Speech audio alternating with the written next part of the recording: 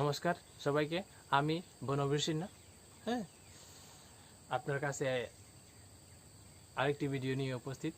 আজকে আমি সবাইকে ইংলিশ গ্রামারের পার্টস অফ স্পিচ নিয়ে কিছু আলোচনা করব। পার্টস অফ স্পিচ খুবই গুরুত্বপূর্ণ। প্রত্যেকটি ভাষায়, ভারতবর্ষে 22টি সংবিধান স্বীকৃতি ভাষা আছে। হ্যাঁ, এই প্রত্যেকটি ভাষায় কিন্তু আমরা এই পার্টস অফ স্পিচের ব্যবহার করি। পার্টস অফ স্পিচ মানে কি? পার্টস অফ স্পিচ হলো শব্দগুলোর শ্রেণী বিভাজন। প্রত্যেকটি শব্দ কিন্তু এক একটি পার্টস অফ স্পিচে পড়ে। ইংরেজি ভাষায়ও ঠিক সেইভাবে শব্দগুলোকে শ্রেণীবিভাজন করা হয়েছে। ইংরেজি ভাষায় এই শব্দগুলোর শ্রেণীবিভাজন 8 প্রকারের হয়। তো পার্টস অফ স্পিচ কত প্রকার? 8 প্রকার। এখন এগুলোর নাম বলি আমি। Noun, pronoun, verb, adjective, adverb, preposition, conjunction, interjection. ঠিক আছে, এই 8 প্রকার আমি আবার বলি। Noun, pronoun, verb, adjective, adverb, preposition, conjunction, interjection. ঠিক আছে, হ্যাঁ, নামগুলো খুব মন দিয়ে শুনবে এবং দরকার পড়লে সবাই নিজের খাতায় লিখে নেবে। তো আমি এই ভিডিওটির কর্নারে আমি এগুলোর নাম শেয়ার করেছি, আপনারা দেখতে পারেন। নাউন, এখন আমরা আসি নাউন। নাউন কি? নাউন খুবই ইজি। নাউন মানে হলো নাম। নাম কিসের নাম?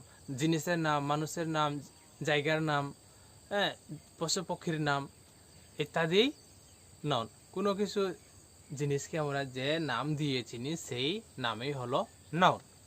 এখন বলি আমি মানুষের নাম। মনে করো আমার নাম বনবীর। বনবীর একটি নাউন। আমার ক্লাসে অনেক ছাত্র আছে, তো প্রত্যেকটির বিভিন্ন নাম দিয়ে পরিচয়। এই প্রত্যেকটির নামই হলো নাউন। আমার শহরে অনেক নদী আছে। ঠিক আছে, মনে করো লঙ্গাই, কুশিয়ারা, সিংলা ইত্যাদি আমার করিমগঞ্জ ডিস্ট্রিক্টের নদী। এই প্রত্যেকটি নদীর নামই হলো নাউন। প্রত্যেকটি জায়গার নাম, আমার গ্রামের নাম, শহরের নাম, রাজধানীর নাম, আমার রাজ্যের নাম, আমার দেশের নাম, এই নামই হলো নাউন। তো নাউন বুঝেছ? কোনো কিছুর নামই হলো নাউন। হ্যাঁ, জীবজন্তুর নাম, মনে করো গরু, বই, ছাগল ইত্যাদি কিন্তু নাম। তো এই নামগুলোই হলো নাউন। নাউন বুঝেছ? এখন আমরা যাই প্রোনাউন। এখন একটি জিনিসের নাম বারবার কিন্তু উচ্চারণ করতে করতে আমাদের অনেক সময় বোরিং হয়ে যায় আমরা। তো এই নামের পরিবর্তে আমরা একটি শর্টকাট নাম দিয়ে বোঝাতে চাই। ঠিক আছে, মনে করো রহিম একজন খুব ভালো ছাত্র, সে পড়াশোনায় খুব ভালো। ঠিক আছে, এই সেন্টেন্সে আমি রহিমের পরিবর্তে একটি শব্দ ব্যবহার করেছি। ঠিক আছে, আবার আমি সেন্টেন্সটি বলি। রহিম একজন খুব ভালো ছাত্র, সে পড়াশোনায় খুব ভালো।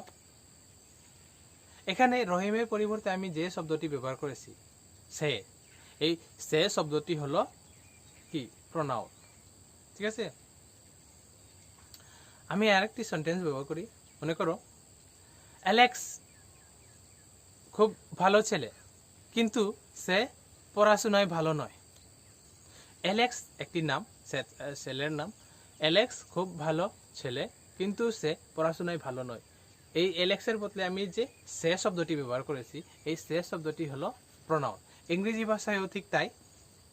হ্যাঁ, ইংরেজি ভাষায় প্রোনাউন হলো, আমি কয়েকটি প্রোনাউন বলি, আপনারা নোট করে নেবেন। হ্যাঁ, হি, সি, হিজ, হার, দেয়ার, আওয়ার, এগুলো শব্দকে আমরা বলি প্রোনাউন। এগুলো শব্দ নাউনের পরিবর্তে বসে। ঠিক আছে, এখন আসি আমরা ভার্ব। ভার্ব খুবই গুরুত্বপূর্ণ। আজকে আমরা ভার্ব পর্যন্ত পড়ব। ঠিক আছে, ভার্ব ছাড়া কোনো সেন্টেন্স কমপ্লিট হয় না। এক কথায় ভার্ব ছাড়া সেন্টেন্স অসম্পূর্ণ থাকে। আমি যদি বলি আজকে আমি আজ স্কুলে, এখানে যদি আমি শেষ করে দিই, সেন্টেন্সটিকে, বাক্যটিকে আমি এখানে শেষ করি, তখন কোনো মানুষই আমার এই সেন্টেন্সটি কি বলতে চাইছি তা বুঝতে পারবে না। আমার স্কুলে গিয়ে কি কাজ করলাম বা কি করব, কি করতে চাই, এইখানে যদি আমি শেষ করে দেই, তখন আমার এই সেন্টেন্সটি পূর্ণ হবে না। আমার এই সেন্টেন্সটিকে পূর্ণ করতে হলে আমি যে কাজটি করেছি সেই কাজটি কিন্তু এখানে উত্থাপন করতে হবে। তো ভার্ব দ্বারাই আমার সেই কাজটি ধরা পড়বে, আমি কি কাজ করেছি। ঠিক আছে? তো ভার্ব হলো কোনো কিছু করা, হওয়া, খাওয়া, যাওয়া, আসা ইত্যাদি বোঝায়, তাকে আমরা বলি ভার্ব। ভার্ব দ্বারাই আমার কাজ বুঝাতে পারবো। ঠিক আছে? আমি আজকে স্কুলে যাব, বা আমি আজকে স্কুলে যাব না। যাব না, এই যাব শব্দটি হলো ভার্ব। যাব দ্বারাই আমার স্কুলে যাওয়ার কাজটি পূর্ণ হয়েছে। ঠিক আছে? আমি আজকে ভাত খাবো না, বা খাবো, বা খেয়েছি। হ্যাঁ, তো এই খাবো শব্দটি হলো আমার ভার্ব। আমার কাজটিকে এই খাবো শব্দটি দ্বারা বোঝানো হয়েছে। ঠিক আছে? তো আমি আজকে এই কাজটি করতে চাই, আমি আজকে এই বাগান পরিষ্কার করতে চাই।